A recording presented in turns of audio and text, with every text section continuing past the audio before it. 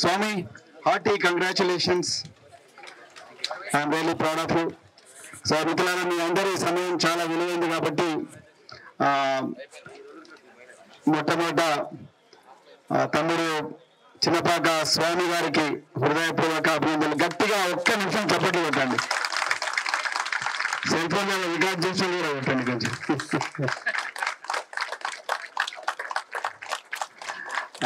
మిత్రులారా మాటలు నినాదాలు కవితలు మంచివే, కానీ రాసే వాళ్ళు చాలా మంది ఉంటారు, కానీ చేసి చూపించే వాళ్ళు మాత్రం స్వామి లాంటి వాళ్ళు చేసి చూపించండి. So I'm very very happy and really proud to know Swamy.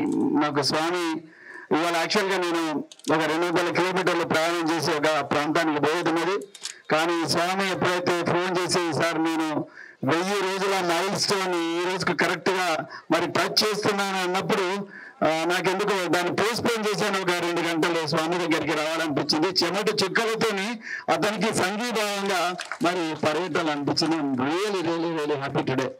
So మరి నేను కూడా 41 నిమిషాల్లో 6 కిలోమీటర్లు పరిగెట్టిన. సో నా వయసు 56 సంవత్సరాలు. సో అట్లా కనిపిస్తున్నాను.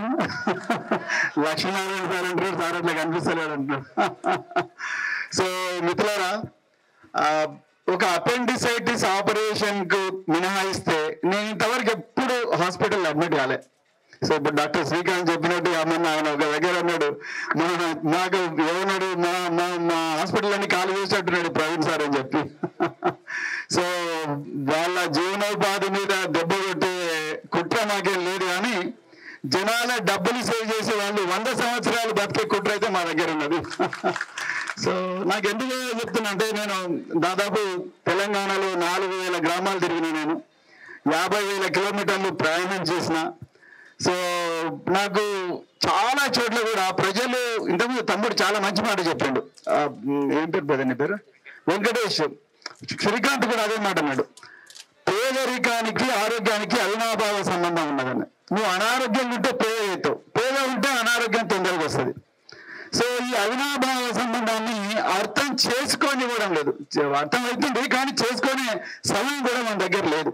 సో నేను చాలా హాస్పిటల్స్లో చాలా మంది పేషెంట్స్ని పరామర్శించడానికి కానీ పోతుంటే ఆ ఐసీయూ ఎదురుగా హాస్పిటల్స్లో ప్రైవేట్ కానీ గవర్నమెంట్ కానీ ఐసీయూ ఎదురుగా ఎంతో మంది పేదవాళ్ళు ఆ టవల్స్ వేసుకొని, లేకపోతే టవల్ లేకపోతే బుట్టని నేల మీద పడుకొని ఆ తీసుకొచ్చిన సంచిని చెప్పులను తల కింద పెట్టుకొని పడుకుంటా ఉంటారు. పోయిన ఎవరైనా ఒక పెద్ద మనిషిలాగా కనిపించే వ్యక్తి ఎవరైనా పోతే ఆయన కాళ్ళ మీద పడతారు, అంతే లిటరల్గా ఆయన కాళ్ళ మీద పడతారు, ఏడుస్తారు, వాళ్ళకి ఏం చేయాలనో తెలియదు. తర్వాత లోపలికి ఐసీయూలో పోతే మనకు భయం అవుతుంది. మొత్తం పైప్స్ ఉంటాయి, ఆక్సిజన్ అని అదని ఇదని మాస్క్ పెట్టుకొని డాక్టర్స్ 20 మంది పేషెంట్లు, వాళ్ళకి చచ్చిపోతామో బతుకుతామో తెలియదు, వాళ్ళు వేరే ప్రపంచంలో ఉంటారు. ఆ చుట్టూ నర్సులు వాళ్ళంతా తిరుగుతుంటారు, బయట రిలేటివ్స్ ఏడుస్తూ ఉంటారు. దీనికి అంతటికీ అక్కడ ఇంటికాడ చూస్తే నేను అప్పు చేసో లేకపోతే బంగారం ఉంటే, ఒకవేళ ఉంటే నాకు తెలిసినంత ప్రజల దగ్గర బంగారం ఉండదు, అప్పు చేసో ఇల్లు తాకట్టు పెట్టో భూమి అమ్మి 2 గుంటలు 3 గుంటల భూమి అమ్మి వాళ్ళు మరి ఆ డబ్బులు తీసుకొని కార్పొరేట్ హాస్పిటల్ దగ్గరకు ఇంకో దగ్గరకు వస్తారు. సో వచ్చి ఆ డబ్బులన్నీ దాంట్లో ఖర్చు పెడతారు. దాని తర్వాత ఆయనకు ఆపరేషన్ అయితే ఆపరేషన్ అయిన తర్వాత ఆపరేషన్ ఇంకేదో అవుతుంది, మళ్ళీ హాస్పిటల్ నుంచి ఇంటికి తీసుకుపోతారు. ఇంటికాడ పోస్ట్ ఆపరేటివ్ కేర్ చేయడానికి కూడా మళ్ళీ అప్పులు చేయాలి. మరి దీనికి అంతటికీ కారణం ఏంటంటే, అసలు మనకు అనారోగ్యం ఎందుకు వస్తుందన్న కనీసమైన అవగాహన ఈ రోజు చిన్న పిల్లగాడి నుంచి పెద్ద మనిషి దాకా గ్రామాల్లో రావడం లేదు.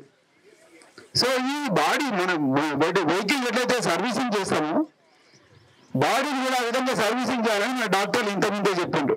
సో ప్రతి బాడీలో ప్రతి టిష్యూలో ఉంటే ప్రతి సెల్కు మరి ఓవర్హాలింగ్ కావాలి అంటే దానికి కంటిన్యూస్ ఎక్సర్సైజ్ కావాలి. ఎక్సర్సైజ్ చేయకపోతే అట్రఫీ వస్తుంది. అట్రఫీ అంటే మజిల్ స్లోగా చచ్చిపోతుంది, లేకపోతే వీక్ అయిపోతుంది. ఆ సింపుల్ ప్రిన్సిపల్ కూడా మనం అర్థం చేసుకోవడం లేదు.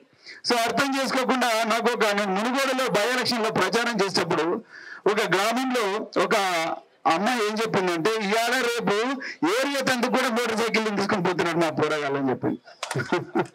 ఆమె తిట్టుకుంటే చెప్పింది, ఏరియా తందుకు కూడా చెరువు గడ్డకు మోటార్ సైకిల్ తీసుకొని పోతున్నారు మా పోరగాళ్ళని ఒక ఆమె చెప్తే, అదే ఎస్లింగటం అనే గ్రామంలో ఇంకొక మహిళ దానమ్మ, నా కొడుకు 18 సంవత్సరాల వయసులోనే బగ్గరాగి నేను డబ్బు లేకపోతే సూసైడ్ చేసుకున్నాడు బిడ్డ అని చెప్పింది. నేను వరంగల్లో ఏడుమాముల మార్కెట్కు పోతే 100 మంది కూలీలను కలిస్తే అందులో 30 మందికి పుస్తలు లేవు. అమ్మా ఎందుకు లేవు తల్లి అంటే మా భర్తలు తాగి చనిపోవడమో, లేకపోతే యాక్సిడెంట్లో చనిపోవడమో, లేకపోతే వాళ్ళకు లివర్ వ్యాధులు వచ్చి చనిపోయి ఏదో ఒకటి మొత్తం అయితే దానికి దీనికి అవినాభావ సంబంధం ఉన్నది. నేను మార్చి 6, 2022లో కిలాషాపూర్ పోయి నేను యాత్ర స్టార్ట్ చేసినప్పుడు ఒక ఇంటికి పోతే యంగ్ లేడీ, కానీ ఇంట్లో భర్త ఫోటో పెట్టుకొని ఏడుస్తా ఉన్నది. ఎందుకమ్మా ఏడుస్తున్నావు అంటే తాగి చనిపోయింది సార్ చాలా యంగ్ ఏజ్ లో అని చెప్తుంది. అంటే మీరు అర్థం చేసుకోండి, వేర్ ఆర్ వి గోయింగ్. అంటే సంపాదించిన డబ్బంతా తాగడానికి పెడుతున్న డాక్టర్లే ఉన్నారు. Alcohol is nothing but a poison. మీరు ఏమనండి, దాన్ని వైన్ అనండి, లేకపోతే విస్కీ అనండి, లేకపోతే బీర్ అనండి, కళ్ళు అనండి, ఏమనండి, ఇట్స్ ఎ పాయిజన్. ఆ పాయిజన్ ని నువ్వు 1 ml తీసుకున్నా, 10 ml తీసుకున్నా, పాపులర్ 90 ml తీసుకున్నా కూడా అంతే ఉంటుంది. So poison is a poison. So దాంతో మన జీవితాన్ని నాశనం చేసుకుంటున్నాం. సో అందుకొరకే మరి ఇవన్నీ పోవాలంటే మనం రోజుకి 20 నిమిషాలైనా రోడ్డు మీదకి వచ్చి, లేకపోతే ఇళ్లలో కానీ అపార్ట్మెంట్లో కానీ ఎక్కడైనా రోజుకు 20 నిమిషాలు 10 నిమిషాలు, అందరూ అగసారా నంటిలాగా హిట్టెత్తులు అన్నారు కానక్కర్లేదు, కానీ 20 నిమిషాలు 10 నిమిషాలు కనీసం ఫిజికల్ ఫిట్నెస్ అంటే బాడీకి కొంత ఫిట్నెస్ అంటే నడవడమో, లేకపోతే పరిగెట్టడమో, లేకపోతే కూర్చొని లేడమో ఏదో ఒకటి చేస్తే చాలా బాగుంటుందని చెప్పేసి మరి మాకు అనిపించే మరి సూరియస్ నెట్వర్క్ లో భాగమైన ఫిట్ ఇండియా ఫౌండేషన్ ఏర్పాటు చేయడం జరిగింది. మరి ఫిట్ ఇండియా ఫౌండేషన్ ఈరోజు ఒక గొప్ప స్వామిని ప్రొడ్యూస్ చేసేందుకు చాలా గర్వంగా ఉంది. మరి సూర్య నెట్వర్క్ లో ఇంకొక ఎవరంటే జో జీతా ఓయి సికందర్, జో బాగ్తా ఓయి లీడర్ హమారా పాస్. ఓకే, సో జో జాగ్తా జో బాగ్తా ఓయి లీడర్. అందుకొరకే స్వామికే ఆ బాధ్యత అప్పచెప్పడం జరిగింది. నీకన్నా గొప్ప ఫిట్ అయ్యి ఎవరుండరు. మరి కన్నమ్మధు గారు స్టార్ట్ చేసింటే వారు ఎంత బిజీగా కూడా మరి పరిగెత్తూనే ఉంటారు కన్నమ్మధు. సో ఆయన ఇన్స్పెక్టర్ ఇప్పుడు.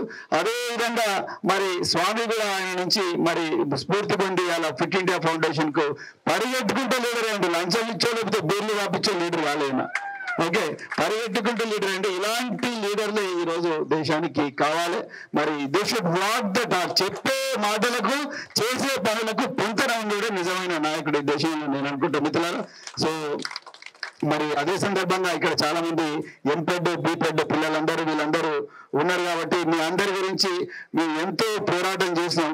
సో మీ సోషల్ వెల్ఫేర్లో ఉన్నప్పుడు మీ గురించి పోరాటం చేసినాం. మళ్ళీ బయటకు వచ్చిన తర్వాత రాజకీయాల్లో కూడా మీ గురించి పోరాటం చేసినాం. 2017లో మీ అందరికీ దాదాపుగా 750 మరి పీఈటీ పోస్టుల రిక్రూట్మెంట్ కి నోటిఫికేషన్ పడ్డది. 2024 ఇంకా ఇంతవరకు ఆ పోస్టులు జాగలేదు.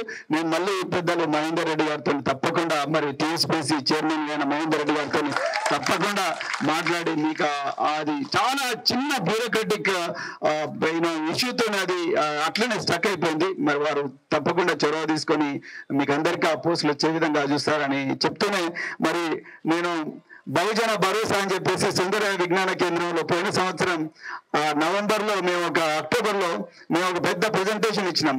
అందులో మేము ఏం చెప్పినామంటే అంటే ఇక్కడ రాజకీయాలు మాట్లాడడం కాలేదు కానీ బట్ ఎనివే, సో వీళ్ళ మమ్మల్ని అధికారం తీసుకొస్తే పరిగెట్టే ప్రతి బిడ్డకు కూడా ఒక చేత బుట్లు ఒక స్మార్ట్ వాచ్ ఇస్తామని చెప్పినాం మేము. సో ఎనివే ఆ రోజులు ఎప్పుడు వస్తాయి, డోంట్ వరీ. సో మరి మీ స్వామి గారికి ప్రత్యేకంగా మరి హృదయపూర్వక అభినందనలు తెలుపుతూ ముఖ్యంగా మిసెస్ స్వామి గారికి వాళ్ళ పిల్లలకు కూడా మాతో పరిగెట్టిన చిన్న స్వామి ఎక్కడున్నాడు Chinna Swami, where is your small Swami, young Swami. Okay, ఆయన ఎక్కడ పరిగెడుతున్నట్టుంది. సో ఓకే, సో రా కమ్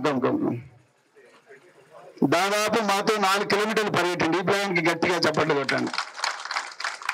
సో చిన్నగా ఉన్నప్పుడే మంచి అలవాట్లు నేర్పించిన మరి తండ్రి తల్లి అందరికి కూడా హృదయపూర్వక అభినందన చెప్తూ మరి స్వామి గారిని వారి జర్నీ గురించి చెప్పాల్సిందిగా కోరుకుంటున్నాను. Thank you very much.